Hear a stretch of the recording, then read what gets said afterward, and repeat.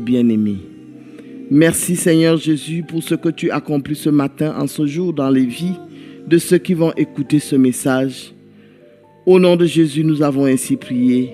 Amen.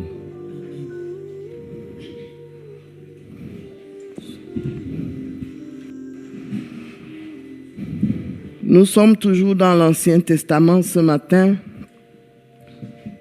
mais nous allons lire dans le livre de Juges, des Juges, au chapitre 6. Juges, au chapitre 6. Il est écrit: les enfants d'Israël firent ce qui déplaît à l'Éternel. Et l'Éternel les livra entre les mains de Madian pendant 7 ans. La main de Madian fut puissante contre Israël. Pour échapper à Madian, les enfants d'Israël se retiraient dans les ravins des montagnes, dans les cavernes et sur les rochers fortifiés.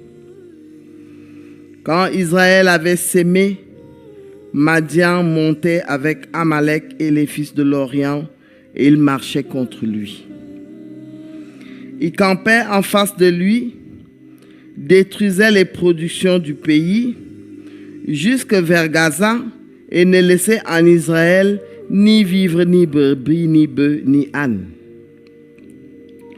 Car ils montaient avec leurs troupeaux et leurs tentes.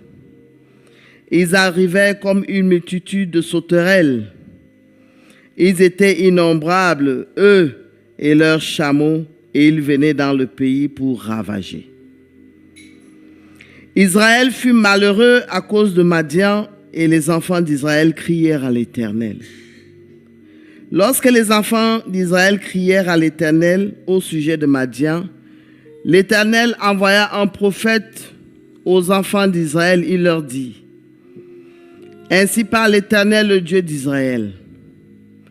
Je vous ai fait monter d'Égypte et je vous ai fait sortir de la maison de servitude. Je vous ai délivré de la main des Égyptiens, de la main de tous ceux qui vous opprimaient.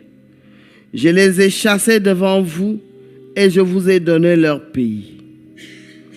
Je vous ai dit: je suis l'Éternel, votre Dieu.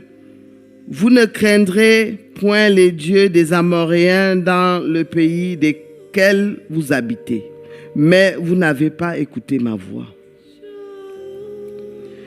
Puis vint l'ange de l'Éternel et il s'assit sous le térébinthe d'Ophra, qui appartenait à Joas, de la famille d'Abiézer.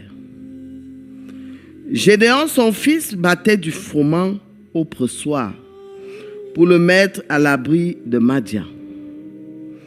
L'ange de l'Éternel lui apparut et lui dit: l'Éternel est avec toi, vaillant héros. Gédéon lui dit: ah, mon Seigneur, si l'Éternel est avec nous, pourquoi toutes ces choses nous sont-elles arrivées? Et où sont tous ces prodiges que nos pères nous racontent quand ils disent: l'Éternel ne nous a-t-il pas fait monter hors d'Égypte? Maintenant l'Éternel nous abandonne et il nous livre entre les mains de Madian. L'Éternel se tourna vers lui et dit: va avec cette force que tu as et délivre Israël de la main de Madian. N'est-ce pas moi qui t'envoie? Gédéon lui dit: ah, mon Seigneur, avec quoi délivrerai-je Israël? Voici, ma famille est la plus pauvre en Manassé. Je suis le plus petit dans la maison de mon père. Et l'Éternel lui dit: mais je serai avec toi et tu battras Madian comme un seul homme. Gédéon lui dit: si j'ai trouvé grâce à tes yeux, donne-moi un signe pour montrer que c'est toi qui me parles. Ne t'éloigne point d'ici jusqu'à ce que je revienne auprès de toi et que j'apporte mon offrande et que je la dépose devant toi. Et l'Éternel dit: je resterai jusqu'à ce que tu reviennes. Gédéon entra, prépara un chevreau et fit qu'avec un épha de farine, des pains sans levain, il mit la chair dans un panier et le jus dans un pot, les lui apporta sur le térébinthe et les présenta. L'ange de Dieu lui dit, « Prends la chair et les pains sans levain, pose-le sur ce rocher et répands le jus. » Et il y fit ainsi. L'ange de l'Éternel avança l'extrémité du bâton qu'il avait à la main et toucha la chair et les pains sans levain. Alors il s'éleva du rocher un feu qui consuma la chair et les pains sans levain. Et l'ange de l'Éternel disparut à ses yeux.